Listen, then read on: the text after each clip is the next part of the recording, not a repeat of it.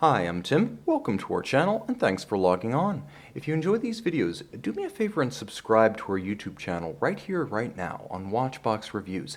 I'd really appreciate it, and then I'd be able to deliver my best watch reviews to your inbox every day. And if you like these watches, see them on thewatchbox.com and buy them there. Buy, trade, or sell luxury watches 24 hours a day on thewatchbox.com. And today we're discussing the latest reference, IWC Portugieser Perpetual Calendar. This is the reference 5033-02 in rose gold. Incredibly handsome, traditionally oversized, and well balanced. This is a lot of in-house complication for the money. The timepiece wears well on my 16cm circumference wrist, though since the very first references in 1939, the Portugieser has always been an oversized model. So big is the look, it's not supposed to appear like a chased Calatrava on your cuff. The timepiece is relatively slim in profile given the complexity inside. 15.1 millimeters, that's relatively shallow given the concave bezel that allows a dress cuff to ramp up and over the flank. So 44.2 by 15.1 and a relatively reasonable 52.3 millimeters lug-to-lug. Should you wish to accessorize, a 22 millimeter spacing is appropriate for any aftermarket or OEM IWC strap option you might choose, though I can't imagine why you would reject this IWC factory Santoni leather strap, a beautiful honey brown alligator leather. You'll note a monotone stitch, folded sides, and underneath the signal or shock orange that is the signature of Italian leather house Santoni, which produces these premium straps for IWC. On the opposite flank, an IWC full red gold deployant clasp, single fold, nicely faceted with polished aspects on the top. It helps to counterweight the watch on the wrist, so if you like to wear your watches loose, having a heavy bracelet or clasp underneath helps to balance things top to bottom and prevent unwanted movement. Now let's get close and talk a little bit about the case profile itself. As you can see, the case profile is very much like a giant Calatrava, which is to say the lugs are nicely blended into the case band, and it has the profile of a dress watch, even if it has the proportions as a Portugieser of a sports watch. You'll also note the handsome contrast between polished aspects and satin. Satin horizontal on the flanks, polished about the lug hoods as well as the bezel and the case back. Nicely executed. Now moving back to the dial side, you can see that in the tradition of the Portuguese, when you look at this one head on, the soldier shot shows it to be almost all dial, with the bezel really melting away like a rose gold halo. You can see that the dial is handsome, high contrast, and nicely balanced, but with no lume, it's not a sports watch. Beautiful applied rose gold indices and Arabic numerals, rose gold feuille or leaf style hands, and baton style indicators for the sub-registers. There's a light pebbly granular texture to this matte metallic dial, and a nicely balanced cruciform symmetry, with the only odd man out being the millennium, century, decade, and year indicator at approximately 7:30. So you note a recess for each of the sub-registers, and the ones at 3 and 9 are concentric double scales.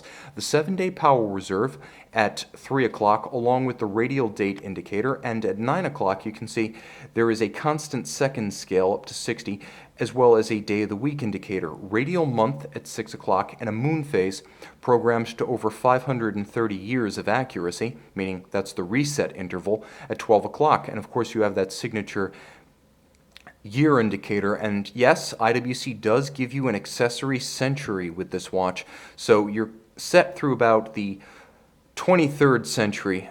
For the 24th and the 25th, IWC includes a little bit of help for your future watchmaker with those discs included in the accessory set. Now, it's an easy watch to adjust in spite of the rather imposing complication. You pull the crown out and then you simply turn it, and everything moves in step. If you want to reverse the video and see that again, I adjusted the date, the day changed, and so did the moon phase. Adjusted sufficiently, the month will change, the year will change, and the decade will change. Therefore, it's mechanically programmed. You never need to figure out the correct combination of date, month, and moon phase. The watch already knows. So you put it in the setting position for the date, and you simply adjust the correct date for the month you're in. It's as simple as setting a 3-hand calendar Rolex.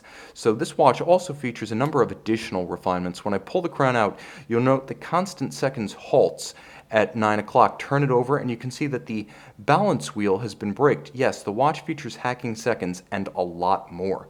So let's talk about what we're looking at. This is the IWC manufacturer caliber 52610. You can see that there's a lot going on because this is an over 36 millimeter diameter, giant-sized automatic caliber. When it debuted as the 5000 in Y2K, this was the world's largest automatic, and it remains among the top 3 today.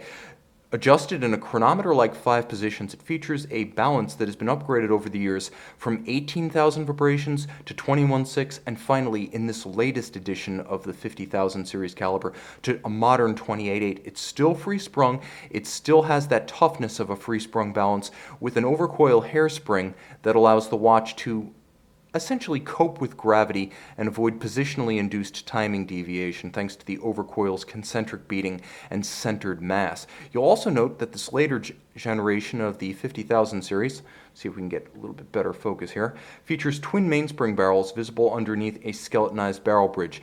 The first decade or so, I'd really even say decade and a half of this caliber, used a single large mainspring barrel, and IWC could never get those quite as even over the full 7-day power reserve in timing terms as it wished. With twin mainspring barrels, there's a much more even torque curve, so when the watch is topped off or almost dead, it's going to keep very good, precise and regular timing, excellent isochronism as well as precision. You'll also note the IWC proprietary Paul-based Peloton winding system, a tough bi-directional winding system dating back to the middle of the 20th century at IWC. Here has been upgraded with a completely unlubricated ceramic pawl and pawl wheel combination. The advantage of having ceramic pawls and wheels is that the system no longer requires any lubrication, nor does it leave any dirt on the movement as older metallic variants may have. You'll also note it's a nicely finished movement with skeletonized rotor, skeletonized bridges, circular Côte de Genève, and beautiful kiln-fired, heat-oxidized screws. A lot of attention has been lavished on this watch aesthetically as well as mechanically. This is a handsome watch that puts it all together. Real history in the Portuguese line since 1939, the icon of Schaffhausen.